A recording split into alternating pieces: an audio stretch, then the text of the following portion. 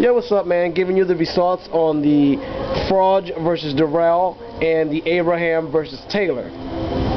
At least on the Abraham versus Taylor, I didn't get to see that fight. I just called up a friend of mine and he told me that he read somewhere, or someone told him, that Jermaine Taylor got knocked out in a very nasty way, which I did not see this fight. So those who did see the fight, inform me, write a comment on what happened, or send it to me, or whatever you want to do. Just let me know how that fight went down. I know that Taylor got knocked out, so at least for those who didn't get to see the fight or don't have any information about the fight, I got some information on that. Jermaine Taylor got knocked out. Now, I'm not saying that's actually what happened. I'm saying that's what I heard, that's what I was told, so I'm not for sure 100%. But I heard that Jermaine Taylor was knocked out. Don't know in what round. I know it was a nasty knockout that even the ambulance people had to go in the ring and take Jermaine Taylor. I don't know to what degree the truth in that, but that's what I heard. At least though, I did see the Froch fight versus Dirrell. I can tell you it was a 12-round fight where Dirrell was moving around a lot. He was catching Froch a couple times with a couple good punches, but Froch was the aggressor, was coming at Dirrell during the whole fight, and then Dirrell was just grabbing too much. He got a point taken away for grabbing, which I do think it was a good point. You know, he was grabbing way too much, but he did get some good shots in there. He did fight the way, I'm not going to say it was a super exciting fight, but it did get exciting at certain points of the fight.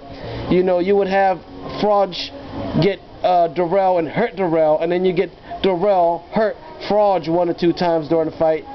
But they gave it a close decision, I believe, and Froch won the fight. Froch retained his title. And I can tell you, if you look at the fight, it could look like a tie, or I would say Froch won. I think it was a good win. I think it was a good decision. I think they gave the fight, I don't remember clearly the scores, but I don't think they were too overboard. I think they were, you know, and some people were saying it was a hometown decision, you know, for Froch. I don't think so. I think it was a close fight, but I do think Froch won. You know, he was the aggressor. He was bringing the action during the whole fight, and Dirrell was just moving to the point where he was running, but he was using his skills. He did, you know, he did do what he knows how to do, was, you know, move and punch and run, but he grabbed a little too much, and that's why he got a point taken away from him.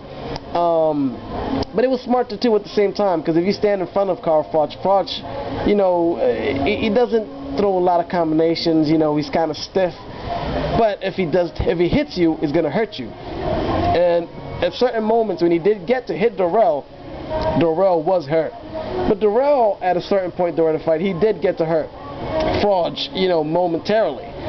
But it was a good fight. It was a 12-round fight. It was, like I said, exciting at certain moments throughout the fight. And they gave Froch the decision win. And I saw a close decision for Froch, being the champion and being the aggressor throughout the whole fight. And I would have loved to see the Taylor fight. So if anyone gets a video on the Taylor-Abraham fight, please send it to me or send me the link, so I can go somewhere else on some other page on the internet and see the fight.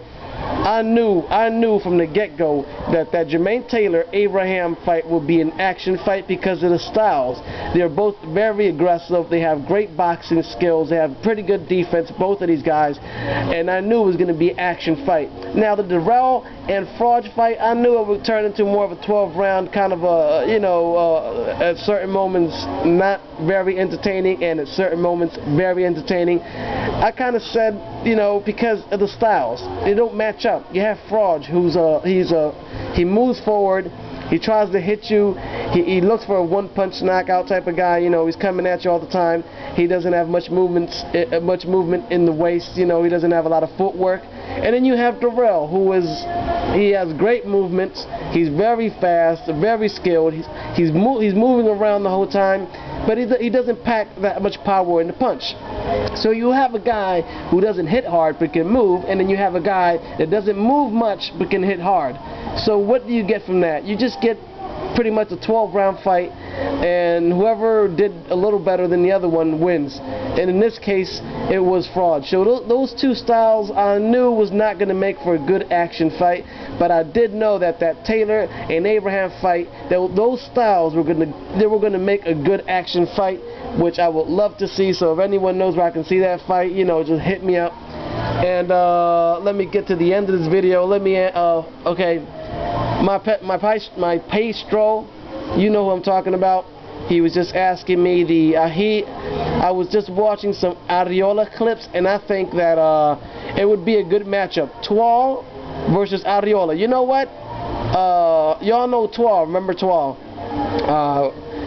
Toile versus Arrola would be an awesome fight. It wouldn't just be a good fight. It would be an awesome fight. Because, again, these are two styles that are very similar. They come forward. They're very strong dudes. It's a lot of action, man. That fight would be just fire. That would be action. That would just be action fight the whole fight. That would just be like dynamites exploding. It would be an amazing fight to see Arrola versus Toile. For me, like since I was, you know, since a couple years back, I always wanted to see Toile versus Mike Tyson. I always wanted to see David Toile versus Mike Tyson. That was a fight of my dreams. But it never happened. And since Toile's still around, he's still in good shape. He had a great, awesome fight, his last fight. So I would love to see a David Toile versus a Chris Arrola fight. That would be incredibly awesome. Let me see if I can find any other questions here. I think someone asked me, oh, Dragon Styles, my homie. I think he asked me also about the what do I think about the Indio Quintana versus Joshua Clottey fight. And I can tell you that is a good, interesting fight. You have to say that, because Quintana is a very slick left-handed fighter. Joshua Clottey is a very strong fighter. I think Joshua Clottey's problem is what happens to him in a lot of fights, that he has his man ready to give up, or he has his man ready to go out. You know, he has his guy in front of him where if Clottey was more aggressive, he could knock that other boxer out. Like when he fought Cotto, he had Cotto in bad ways. Cotto had a nasty cut in his eye. Cotto was a little dazed at certain points. But Clottey doesn't know how to take advantage of those opportunities. He kind of falls asleep. You know, he hangs around the ropes and he puts his hands up, and he's not aggressive as enough. You know, he doesn't have that aggressive killer instinct. And I think that's what kills him in some of the fights. Where, you know, I think he could have been more aggressive and he could have won that Cotto fight. He wasn't aggressive enough. He pretty much he let that fight slip away. So, you know, what can I say about Clottey? I think he's a great fighter, but he's not aggressive enough. You know, he doesn't go for the kill. You know, y'all know Sab Judah. Sab Judah, when he gets a boxer hurt, when Sab Judah has an opponent hurt, he comes at him like a tornado, man. He comes at him and he just totally destroys and just kills his prey. You know, when he smells blood, he comes to kill. You know, Cotto, when Cotto smells blood, he comes to kill. And I think that's what Clottey is missing. So I know Clottey is a great fighter. Quintana is a great fighter. So this will lead to a great match. And later on, I'll probably give you my prediction on that fight. And hey, the Chrome Stallion, what's up, man? Shout out to the Chrome Stallion, Utter Free Creations, what's up, man?